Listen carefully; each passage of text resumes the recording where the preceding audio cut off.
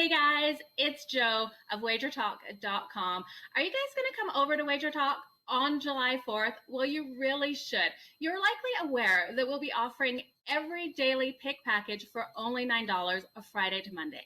But did you also know on July 4th only, we will have a great special 7-day all access packages for just $76 for the week. That is less than $11 a day, you guys. So make sure on July 4th, you head over to WagerTalk.com and get this deal. 1 week of picks for just $76.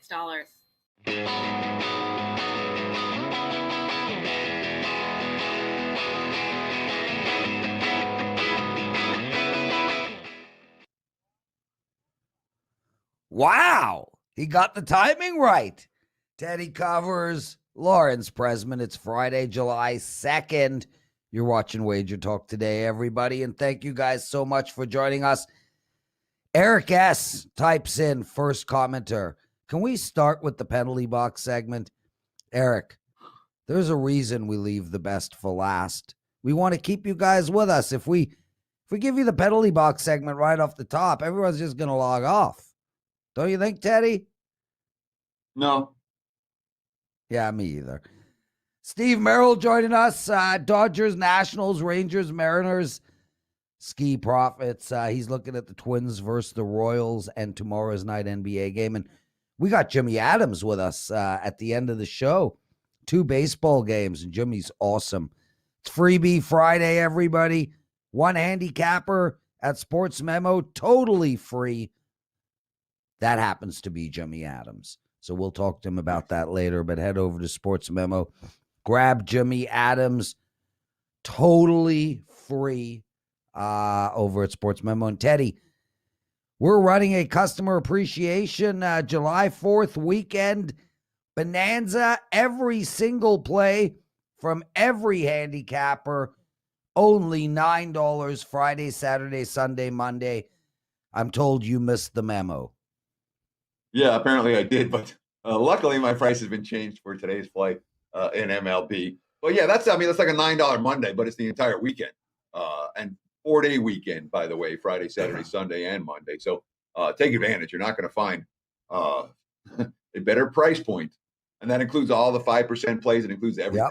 Yep. Just $9 all weekend long. And of course, from a scheduling standpoint, no, Prez, we're not taking any time off. We'll be back on Monday. We're not taking Monday off for the 4th of July. We'll be here. And of course, we're here today as well. Just a weekend. Yeah, I'll be asking Merril to cover for me on Monday. So I plan not to be here. Teddy, I just got Jimmy Adams' streak sent to me. 68% his last 75 plays, 51 and 24. That's outstanding. So, guys, yeah. So I mean, freebie. Yep. Jimmy had this monster run right before I had my monster run in MLB, and he's still going. Yeah, it's crazy. I mean, it's like 2 months later, and he's still going. I give him all the credit in the world. I can't wait to pick his brain in MLB for today. What game's he talking about? Jimmy is taking apart the Giants game and the Mets game, so will be good to hear. Teddy, like Teddy said, everybody, there will be a show on Monday. Hopefully Steve Merril will be covering for me. I'm going hydrofoiling. That is one of my favorite things in the world to do, Teddy. YouTube it. It is so sick. Sounds fun. Enjoy yourself. I went 2-0 last night. You got to take a day off. You went 2-0? Great. I went 0-2. I feel crappy today. I did everything wrong yesterday. Well, I'm sorry to hear that, dude. What did you learn in the wonderful world of sports betting last night? Well, let's talk about what I learned. And of course, this wasn't an official client play, but it was a loser too. I gave it on the show, talking about obviously the Hawks and the Bucks. Off a blowout loss is worth something in the postseason, and that's what I missed last night. And we've seen it a handful of times, especially the favored team in the series off a blowout loss. And I missed that with Milwaukee, off the bad second half against Atlanta, even though Giannis. That's the thing that people forget. And I think it's different in the NBA compared to the other sports. It really is. The difference between the superstars in the NBA and the role player, there's a big difference. But in any given game in the NBA, I trust a role player to step up far more than I do in MLB or in NFL or any of the other sports. Yeah. Bobby Portis was the best player on his JV team. He was the best player on his high school team. He was the best player on his college team at Arkansas. He was the best player in his conference. NBA players can step up. You know, the Hawks guys did it without Trae Young in game 4. The Bucks guys did it without Giannis last night. And this is reinforcing a lesson. I can't say it's something I learned last night. It's something that I should have learned many years ago and needs to be reinforced from time to time. We want to be on the teams off an ugly playoff loss. And we want to be on the teams in their first game without an injured superstar. And that's something I got wrong on Big Game Breakdown yesterday. Home court is much better when a team is without their star. You know, my whole thought process, the home court's not worth anything. Well, home court's worth something when a team's without their star and the role players have to step up. Role players generally far more comfortable on their home floor, and that was certainly the case last night for the Milwaukee Bucks. What about you, Prez? What did you learn last night? I went out. Last night, Teddy. It is rare. I actually played hockey last night. I sweated. I hadn't played hockey in a year. And one of the arenas, I can't say which, obviously, but it's like contraband hockey, dude. We're still on lockdown. And they let us in through the back door with a code, password, and then they have the ice rink covered it with sheets so that in case the inspectors show up. Yeah. Was awesome fun though, dude. Any initial quick reactions to Atlanta -2, 216 tomorrow? Oh, you're going to be doing that in your Big Game Breakdown, right? No, I'm talking MLB in Big Game Breakdown. Initial reaction is I'm still thinking about that game. You know, I lost last night and I'm thinking about this one. And we don't know. There's at least a chance. Let's see what the story is with Trae Young for Game 6. I don't know. But that's one that I definitely want to wait 24 hours before giving any opinion on, because right now we just don't know the status of the Stars. Yeah, I'm likely going to pass on that game unless we get something definitive about both guys. Let's bring Steve Merril in. And Steve, double duty this week. Let's start right off the bat with I'm going hydrofoiling Monday. Will you handle the show for me? Yes. I get to wear my Star Spangled Bannered shorts. I wore the red and blue today, as you can see, but a little bit of red here, but didn't get to wear the Stars and Stripes shorts. So there we go. I'm excited, Prez. You just made my day. And I'm standing back in the studio. I'm making him recenter me here. That was a test to see if he can handle what Joe Ranieri always gets. Moving around. Okay. And of course, that's good.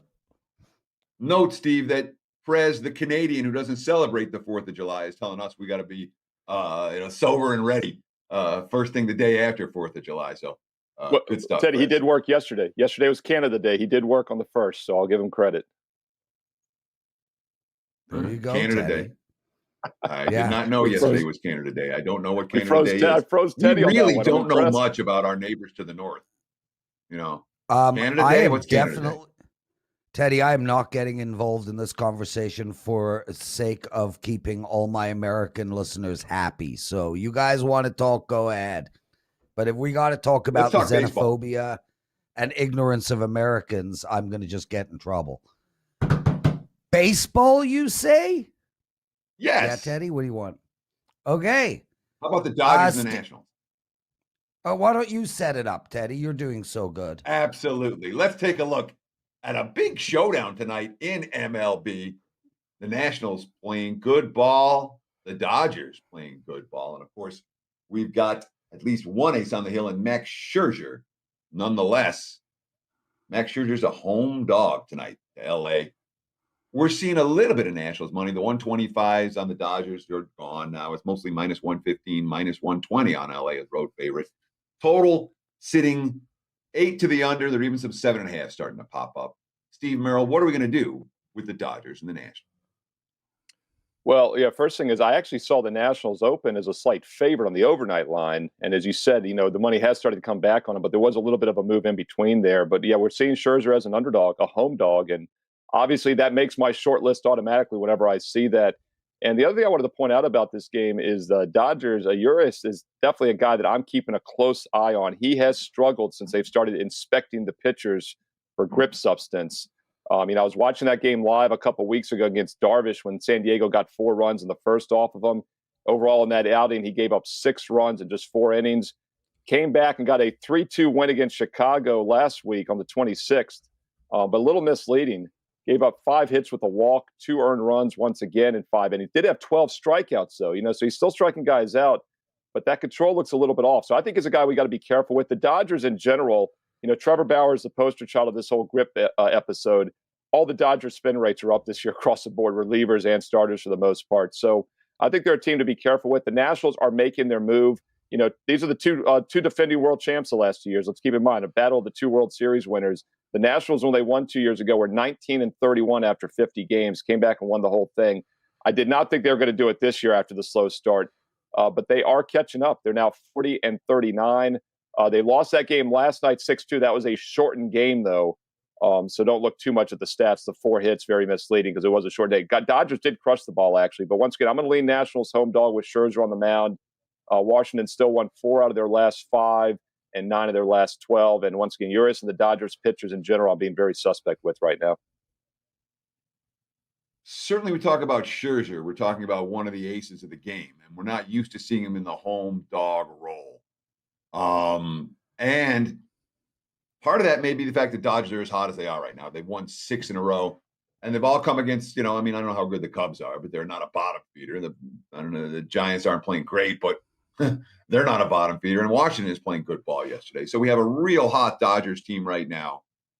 Is that enough potentially to step in front of an ace like Scherzer? And do we trust Scherzer every bit as much now as we did before they started inspecting for substance? Yeah, Scherzer is another guy we got to talk about, Teddy. But one thing I like about Scherzer is he's a long, wily veteran, and he was a good pitcher back in the day before this grip stuff was even out there. So I don't worry quite as much about a guy like him. I think he's legit. And the Nationals are still very hot. The Dodgers, yes, they've won 5 in a row or 6 in a row now. But the Nationals are just as hot. We have them at home. We have a good home pitcher, the better pitcher, in my opinion, as a dog. And yes, LA's won 6 straight, but their offense has 8 hits or less in 4 of those 6 games. So they weren't exactly crushing the ball. Keep in mind, the 2 wins against San Francisco, they scored exactly 3 runs in each game. The Giants are just ice cold, as you mentioned right now. They lost to the D-backs last night, the worst team in baseball. So not going to read too much into the Dodgers hot streak. I think both teams are equally hot. Home field, better pitcher on the mound at a plus money price is worth a look with the Nationals. Steve Merril, everybody. Steve, it's $9 weekend special. I said that all wrong, but I think everyone knows what I'm talking about. $9 for everybody's play at WagerTalk.com. Friday, Saturday, Sunday, and Monday. Any package that goes up $9. What do you have going on at Wager Talk today? Yeah, the $9 special. Once again, the next 4 days. 4 days for the price of one. It's usually Monday only, right? And I'm going to have my best bets up here right after the show. Looking at baseball only today, of course. No NBA, but baseball's been hitting over 60% this month. But more importantly, get a direct subscription. I still have that Steve 150 code, which gets you $150 off any 30 or 90-day all access. 30 days of July gets you all the rest of the NBA and baseball, but the 3-month gets you a full month of football. That takes you all the way through September, college and pro football. So 30 or 90-day, Steve 150, $150 off any all-access package. Awesome stuff. And guys, the subscription packages are the only way to go. Yesterday I put up, yesterday I was all over Milwaukee, both in NBA and in baseball. I put up Milwaukee on the run line. It was minus 140.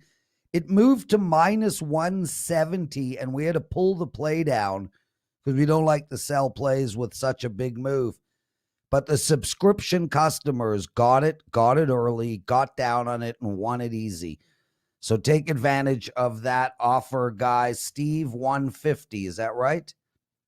Steve 150, $150 discount on a 30 or 90-day all access. Terrific stuff. Let's get into the Texas-Seattle game, minus 112 for Seattle. Texas, they've won 5 of 6, lost to Oakland. Seattle just came off a winning series against the Blue Jays, won 2 of 3. The total in this game is 8. I don't play unders in Texas, and I don't play overs in Seattle. So I'm guessing you are probably similar and have something for us on the side. Yeah, I wanted to talk about Seattle. When I was on Tuesday, I got a lot of people feeding back. Thank you for the Orioles jumping on them. I mentioned the Orioles would even have the starting pitcher, and I said, hey, look, it looked like they're heating up. Houston's cooling down. Orioles won all 3 against Houston this week, is almost a 280 dog in each game. The other game we talked about Tuesday, though, was Seattle-Toronto, and I mentioned how the Mariners were due for a regression. They lost 9-3 that night. They did come back, actually, and get Toronto in the next 2 games, 9-7 and 7-2. However, I still think the Mariners are going to be a great fade here over the next couple of months. As I mentioned on Tuesday's show, I like to look at run differential. Over 162 games, it's a really good barometer of true winning and losing teams. Seattle, despite being 43-39 on the season, is now minus 42 runs on the season. That means they should be 37-45. That's 6 net wins less, 6 net losses more. It's a 12-game turnaround. Meanwhile, Texas, their one-loss record's much worse, yet their run differential is only 10 runs worse. And as you said, Prez, they're in good current form here, having won 5 of their last 6. Seattle now returns home from that East Coast trip without rest. It's not a good setup after being in Chicago and in Buffalo playing the Toronto Blue Jays. And one other thing I want to point out that I didn't mention on the show on Tuesday is another reason I think Seattle is very overrated, and they've been fortunate, is their record in one-run games, particular extra inning games. They won another one this week. They're now 9-1 in extra inning games. And I know maybe they have a good bullpen and they're whatever. 9-1 is random. And they're 18-7 now in one-run games. That also is fairly random, in my opinion. So once again, that's why Seattle has a winning record despite being negative 42 runs. And I think we'll continue to play against them. And I don't mind back in Texas with their best pitcher on the mound in Gibson, 2.0 ERA, 1.01 WHIP. So we're getting the best pitcher against a play against team at a pick-em price in the Texas Rangers. I have a question for you on this one. And I just don't understand it. I guess that's all I can say. Why have the markets taken so long to notice that Kyle Gibson's pitching out of his mind this year? It's like start after start. You look at Gibson, you're like, what are the markets seeing that I'm not seeing? He's been brilliant game after game, and yet we're never seeing a price tag attached to this hurler. Yeah, I agree, Teddy. I mean, normally I think they overreact to starting pitchers, as we've talked about a lot of times. They don't look at the team element, the hotness, of a team. But then again, let's look big picture here. I mean, I think Seattle is overrated at 43-39, but there's still 11 and a half games ahead of Texas in the standings just based on one loss record. So, normally that'd be a $1.50, $1.60 favorite. We're going to pick them here. So I think you can make an argument that they have adjusted this 30, 40, 50 cents because of Gibson. Now, in my opinion, these teams are only a couple games apart if you look at run differential, and then Gibson's a much better pitcher. So you can make an argument Texas should be favored, but I think that's why it's pick 'em. It would have been maybe 150 otherwise, based on the one loss record without taking in the account of the fortunate one-run wins that Seattle's had this season. Steve Merril, everybody. Steve Teddy. Listen, I'm not one of those dads that think my daughters are the most beautiful women in the world type idiotic that, my kid's going to make the pros. Yeah, I'm a pretty realistic person. If I had an ugly kid, I would know that kid was ugly. What am I getting at? I watch a lot of these shows throughout YouTube. I listen to you, Steve, and Vino and Marco, Brian Leonard, Koken, Teddy's big game breakdown.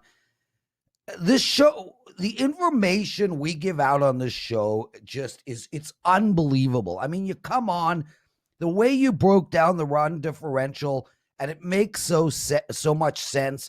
You can go and look at the end of the year at 162 games and really figure out, how much that means and how to use it to your advantage. We're awesome. We are freaking awesome. That's all I wanted to say. This is a segue I'm still scratching my head at. So what does that have to do with what your daughters look like? Well, because we are awesome. I'm not saying that because I'm one of the owners. I'm saying because we are awesome. So rather than complimenting your daughters, you're talking about how great you are. I get it. Yeah, go on. I'm just glad he didn't call me ugly. I thought he was going to say I was ugly. That's your takeaway, Teddy? That's the takeaway. That's your takeaway. Instead of telling your daughters that they're awesome, you're saying, no, I'm awesome. That's fine. No. You are, Prez. You're the best, man. Steve, Please. will you jump in here? This show is awesome, and so are all the shows done at WagerTalk TV. I gave Teddy an opportunity to talk about how awesome it is, and all he wants to do is insult me. So, Steve, do you feel the same way as I do when listening to everybody else out there, and then, listening to how you and Andy Lang and Marco and these guys break games down? Come on, man. Awesome. I totally agree. Look, I filled in for Joe yesterday, did NBA tip-off with Vino and Skee. I'm filling in for Drew for first pitch today with Dave. Brian did Marco yesterday. I'm doing at NASCAR later with Andy Lang and Rocky Atkinson at sportsmemo.com. There's a reason I do all these shows, and I enjoy doing them because these guys are sharp, and I walk away from every episode with more information, more handicapping information than I had myself. It's a team effort. It's a big enough marketplace, a big enough pie where we can all win. We're not competitors. We're teammates. And I know Teddy feels that way. I know you do as well, Prez. And it's a wealth of information to be shared. And let's keep in mind, guys, only about 20 states right now have legalized sports betting. California, Texas, New York, Florida. I mean, this thing's only getting bigger and bigger. And I'm just glad WagerTalk TV is growing as well, because I think people are coming to realize the great information that is here seriously on a daily basis. I'm just glad you didn't call me ugly.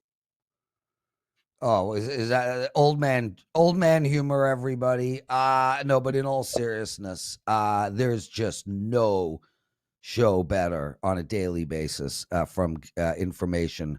It's not even close. Steve Merril, get the hell out of here, guys. We got Teddy's big game breakdown, and maybe he'll stop being so annoying. Hakeem Profits, Jimmy Adams, the penalty box segment. Yes, Steve. Vive la America. I have Get out of here. Flag. We're right back. To grab it. Yeah, we're back in 15 seconds.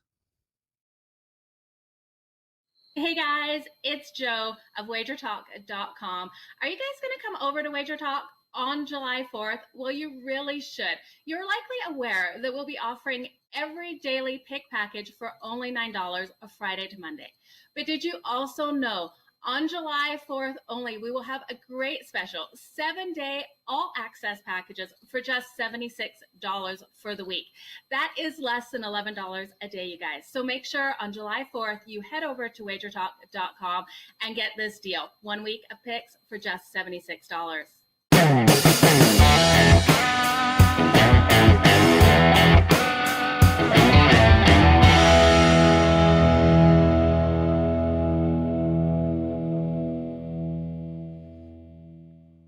It's time for today's big game breakdown. Let's talk about the Marlins and the Braves. There's been a whole lot of Miami money pouring in overnight.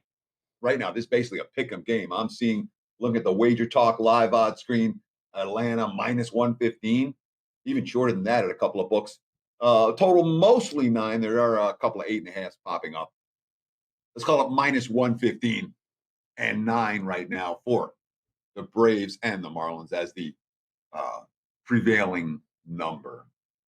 And it's been nothing but Miami money overnight. And sure, you understand the markets like Pablo Lopez. They've liked him a lot. Of course, the Marlins coming off an 11-run outburst in their last game and then had yesterday off thanks to an early rainout, which is perhaps a positive against a Braves team that didn't have yesterday off. But there's one team you don't want Pablo Lopez against. This is Atlanta. They've owned him. He's faced him twice this year. He's gotten bombed in both games. His 2 worst starts of the year both came against the Braves. His career numbers against the Braves aren't pretty. And I know that he's a bet-on pitcher in theory, not in this matchup. And you look at the other end of the equation, all right, with Smiley. And Smiley for the Braves is a guy who does not have great season-long numbers by any stretch of the imagination. But he's been dominant in each of his last 3 starts. I was on the wrong end of it last time. He was brilliant. The guy was unhittable in that ballgame. Last time against that at Cincinnati, a hitter's park, 1 run, 6 innings. 5 June starts, went 3-0 with an ERA under 3, and the full season numbers aren't going to show it for Smiley. The short-term stats are. I think the Braves are really cheaply priced today against the Miami team. I know they had an offensive outburst their last outing. 2 of those together for Miami, few and far between. Give me the Braves at the cheap price. Let's go against this big line moves. Look at Atlanta, minus 115. I'll go against the wise guys on this one. and look at the home favorite. There's your big game breakdown. Prez, back to you, my friend. Oh, I am so with you on that play, Teddy. Nicely done. Great work. Let's get some likes, Teddy. Del, Yoshi, Mo. Guys, help us get some likes. Abid, I know you're pushing for 200 likes. I appreciate that greatly.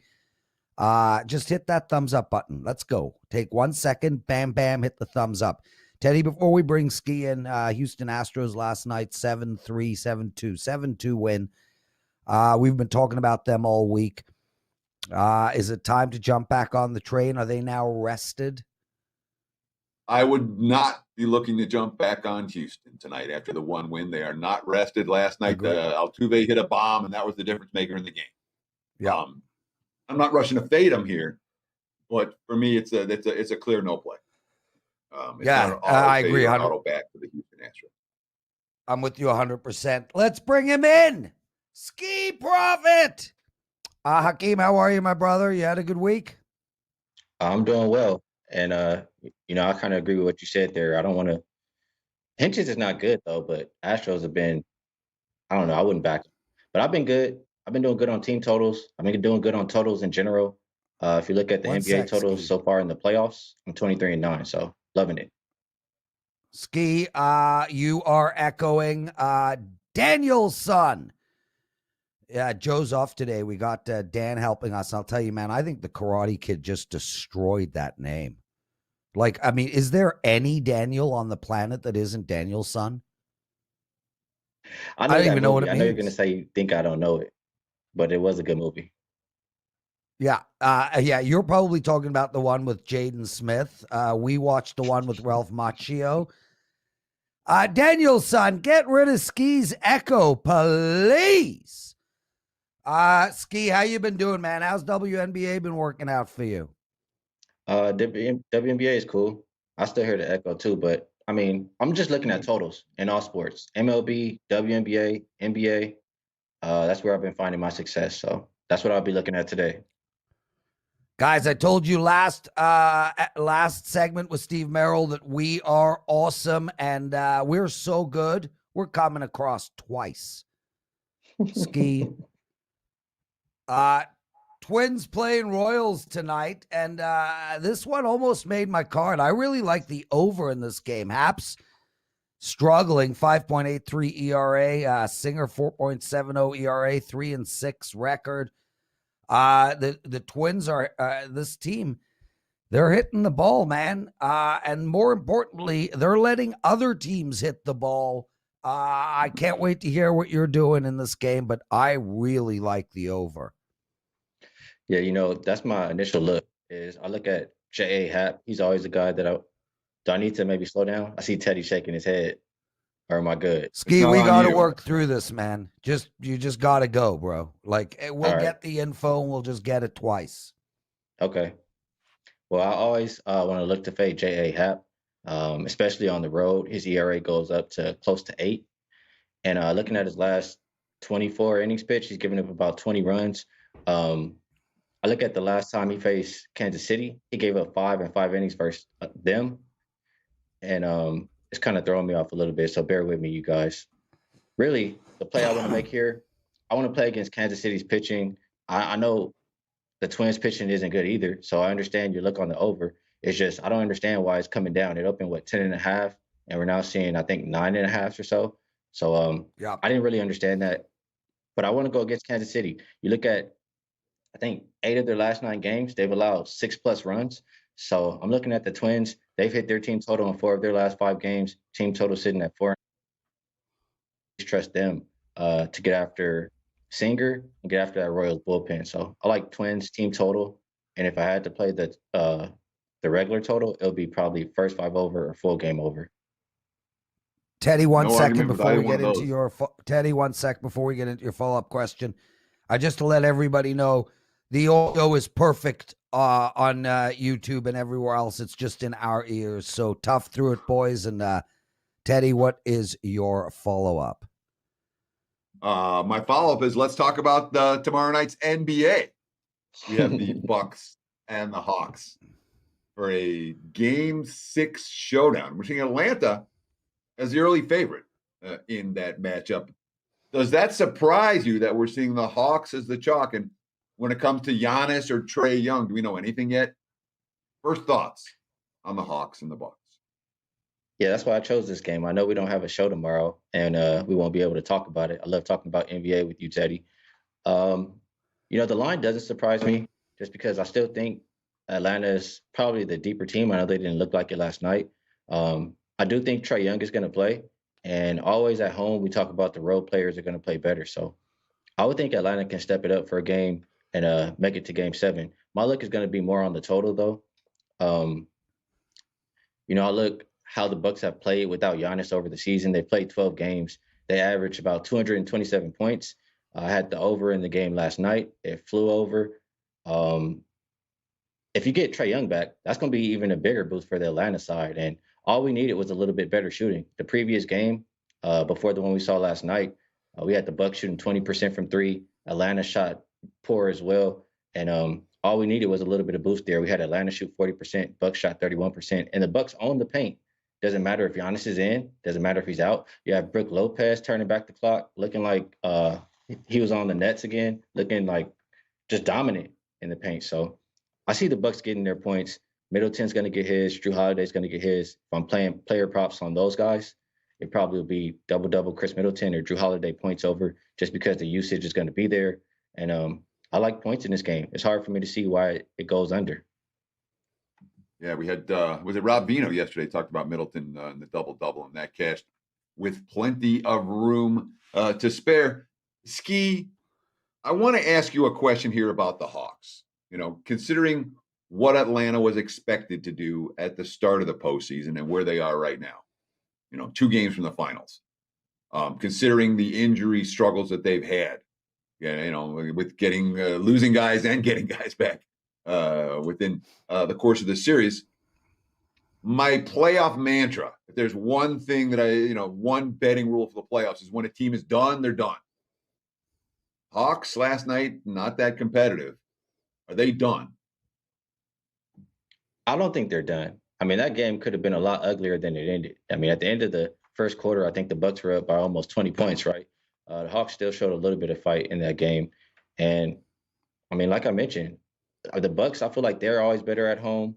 They're going to have to go on the road now, and they're going to get their leader back. I don't know for sure, but I'm pretty confident that they're going to throw Trae Young out there, and I think he's going to look better than he did in that fourth quarter. So we've seen the rest of the guys step up for a game. I think that they'll do so again at the house. So I don't think they're done. I see fight from these guys. They're well coached. I trust Nate McMillan to have a good game plan for them. And I think that they'll come out and fight.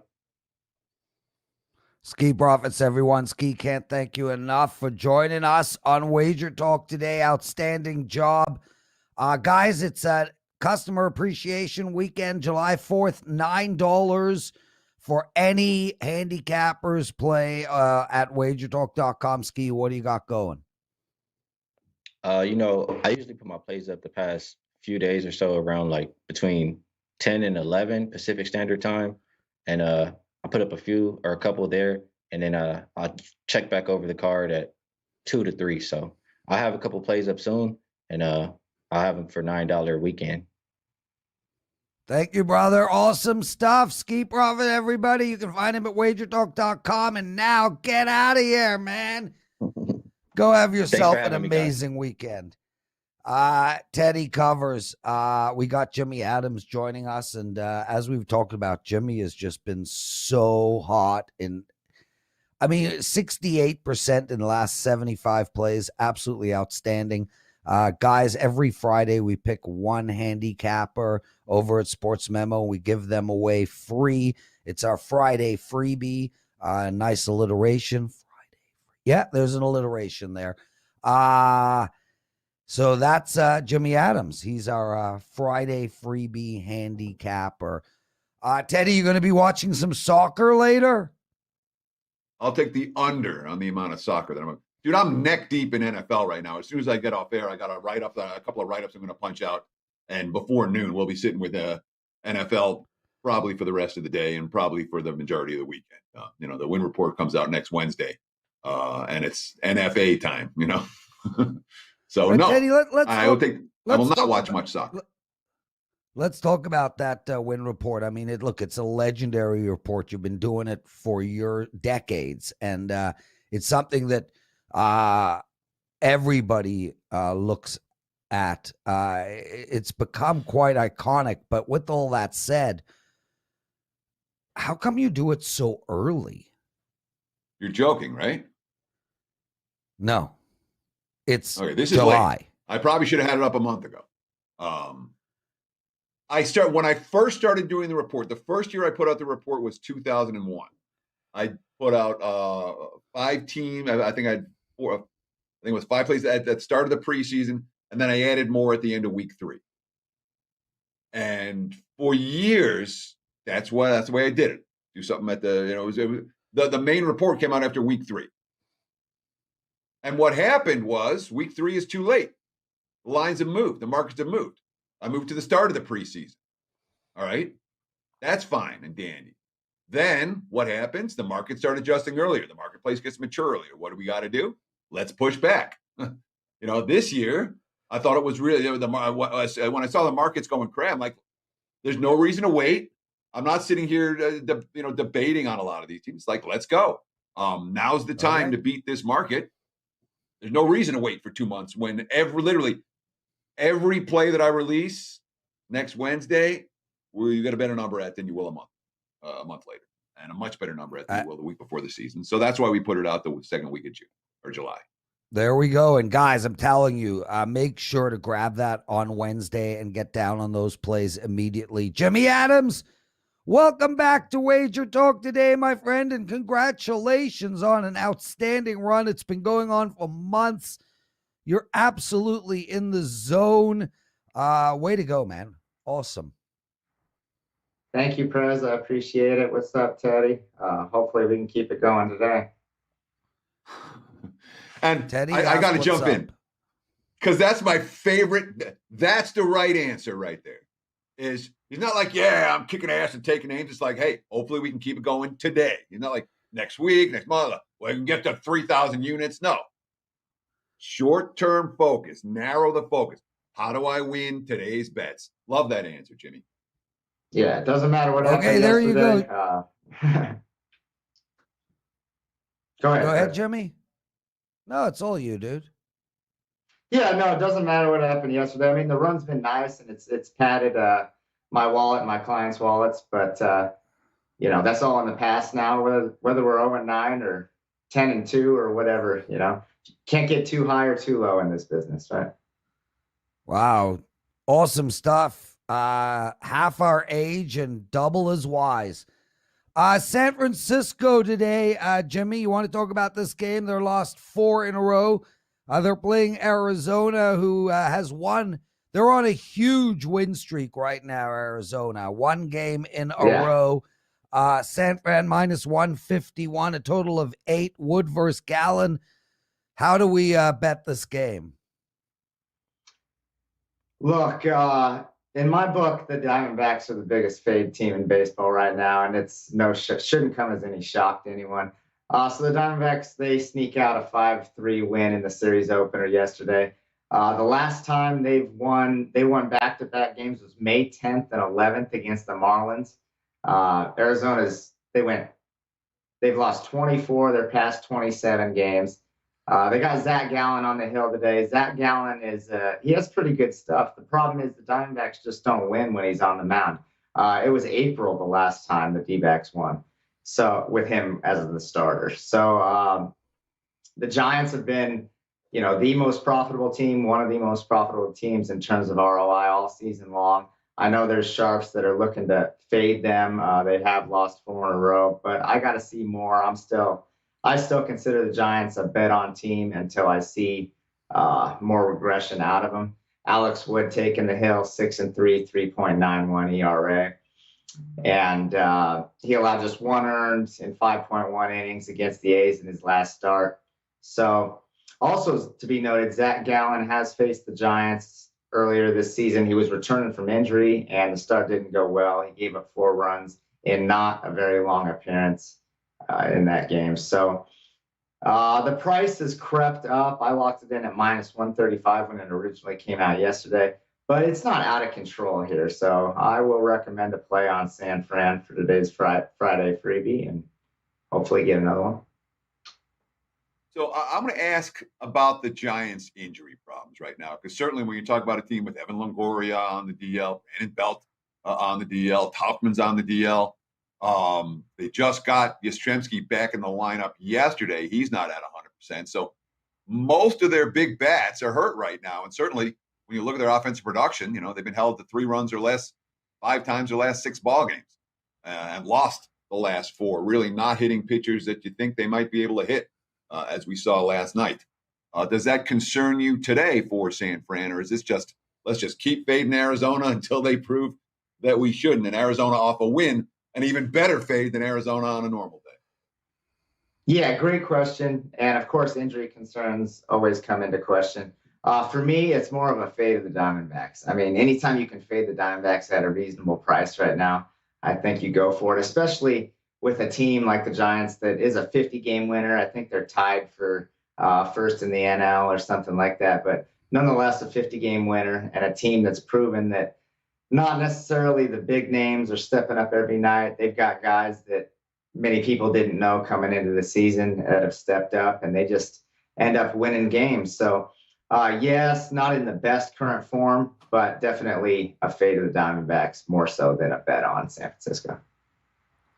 Jimmy Adams, everybody. You can find him at sportsmemo.com. Remember, $9 for any handicapper at WagerTalk. And, of course, Jimmy is the Friday freebie over at Sportsmemo. And, Jimmy, I'm really glad you picked this Mets-Yankees game because this game fascinates me. I mean, here we have a Mets team that's 3 games better than the Yankees. We have a pitcher on the Mets that is 6-3 with a 2.38 ERA and way better than the pitcher starting for the Yankees. We have a Yankee team who's lost 5 out of the last 6 games. I get that the Mets are slumping too, but I mean, I'm seeing a very live dog here. How are you handicapping this one? Yeah, no, I totally agree. And anytime you can get Taijuan Walker as a dog right now, I think it's some value. Let me start off by saying the Yankees, things are not going good in New York right now. Brian Cashman comes out the other day and says, basically, we're playing as bad as we can possibly play. Aaron Boone may be on his way out. I'm not sure. But the Yankees are not happy in New York, obviously a city that doesn't deal well with losing. That being said, the Yankees have shown that they can lose games in a variety of different ways. Take their last game against the Angels, for example. Shohei Ohtani's worst start of his career. He gives up 7 in the first. The Yankees are cruising. They're up 4 runs in the 9th inning. What does Aroldis Chapman do? He walks the bases loaded. Next batter, grand slam. Angels go on to win 11-8. So the Yankees, losers of 5 of 6. Not a team that I want any part of, especially in the favorite role right now. Taijuan Walker has been a stud all season long. 6-3, 2.38 ERA on the season. Gave up 1 run on just 3 hits in 5 innings against the Phillies his last time out. And he's only given up more than 2 earned runs 3 times the entire season. So getting Taijuan Walker in the underdog role against a Yankees team that's struggling, I mean, think that's got to be the definition of value. So at a plus price, absolutely take the Mets, although they have struggled to score runs as well. So we saw Hal Steinbrenner, the Yankees owner, come on yesterday, not on WagerTalk Today, but come out yesterday and say everyone's job is safe. We're not going to fire Aaron Boone. We're not going to fire Brian Cashman. I'm not my dad. Do you think? Because to me, that was exactly what the Yankees needed to hear: was settle down. We'll be fine. The talent's still there. Does that message in particular, do you think that's something that would resonate for the Yankees moving forward? Because talent-wise, they're still a pretty talented team, even though they're not playing great baseball. Oh yeah, absolutely. No, that on paper, the Yankees should be much better than their record currently stands. And he called out the players as well, if I believe, and said that, he did have the manager's back, and said that the players need to step it up. They're the ones on the field. And, you know, that is a good message. And you might see a little extra juice and motivation out of New York tonight. But they still got to face Taijuan Walker, who's a phenomenal pitcher. And the Subway Series is a huge deal in New York. It's not like the Mets are going to come in lying down and not be playing as hard as they can as well. So show me before I start to put money on you. And I agree with what you said. I know those are facts that, Steinbrenner came out and said what he had to say. But I don't know, laying too much chalk with the Yankees here as a team that hasn't been winning very much lately. Oh, I'm with you 100%. Jimmy Adams, everybody. Great breakdown, great take. We love having you on the show. Jimmy, what do you got to promote? And then we've got to move to the world famous, most listened to segment in history of mankind, the penalty box. So before we get there, what do you have to promote? Yeah, so today on Friday freebie handicapper at sportsmemo.com. Sportsmemo is running all kinds of great specials all the time between coupons and free plays, $2 Tuesday, everything. So today you're going to get both plays. These are the plays, but, for those that haven't tuned in or whatever, you'll get both plays today for absolutely free. In the future, I get my plays up with plenty of time to put them in and at a very reasonable price. Most days you can get single game plays for just $9. You can get all access passes weekly, monthly for a great deal. So find the package that best suits your needs, jump on board, and let's just continue to cash tickets. Jimmy Adams, everybody. And Jimmy, you are half our age, and I want you to know I'm going dirt bike riding this afternoon, jet skiing and water skiing on Saturday. I'm playing tennis and hydrofoiling on Sunday. And on Monday, like 6 hours of hydrofoiling. So know that a 50-year-old can still have that kind of life. Oh, I see your workout videos, Prez. You're in great shape. Just don't hurt yourself, all right? Yeah, baby. Over-under on Prez. Over-under on number of injuries Prez suffers over the weekend to be 3.5. And his chances of being back on Tuesday as opposed to being in the hospital, no better than even money. There you go, everybody. Thanks a lot, guys. Have a wonderful Be well, weekend. Jimmy. Daniel's son, throw me into that penalty box and let's get out of here. I got a big day.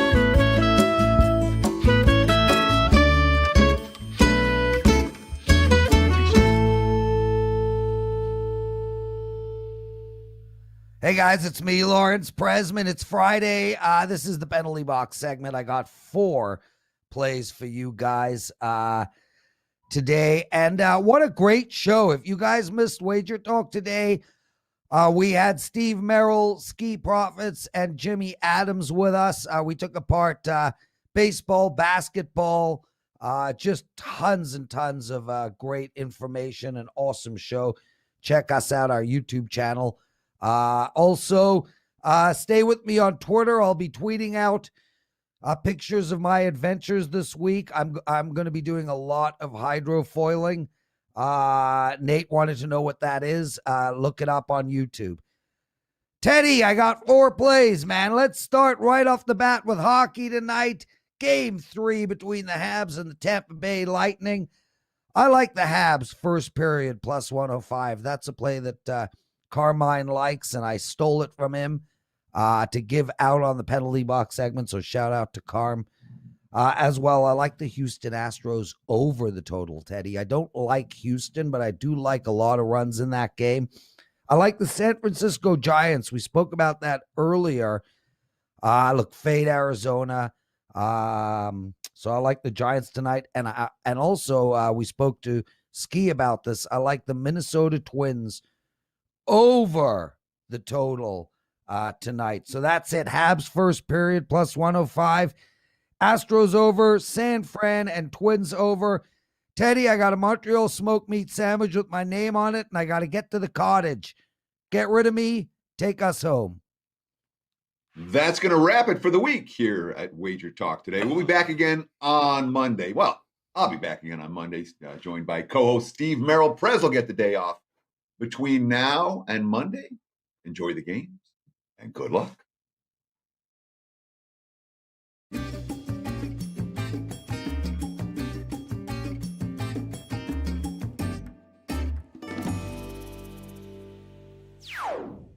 Hey guys, it's Joe of WagerTalk.com. Are you guys going to come over to WagerTalk on July 4th? Well, you really should. You're likely aware that we'll be offering every daily pick package for only $9 a Friday to Monday. But did you also know on July 4th only, we will have a great special 7-day all access packages for just $76 for the week. That is less than $11 a day, you guys. So make sure on July 4th, you head over to WagerTalk.com and get this deal. 1 week of picks for just $76.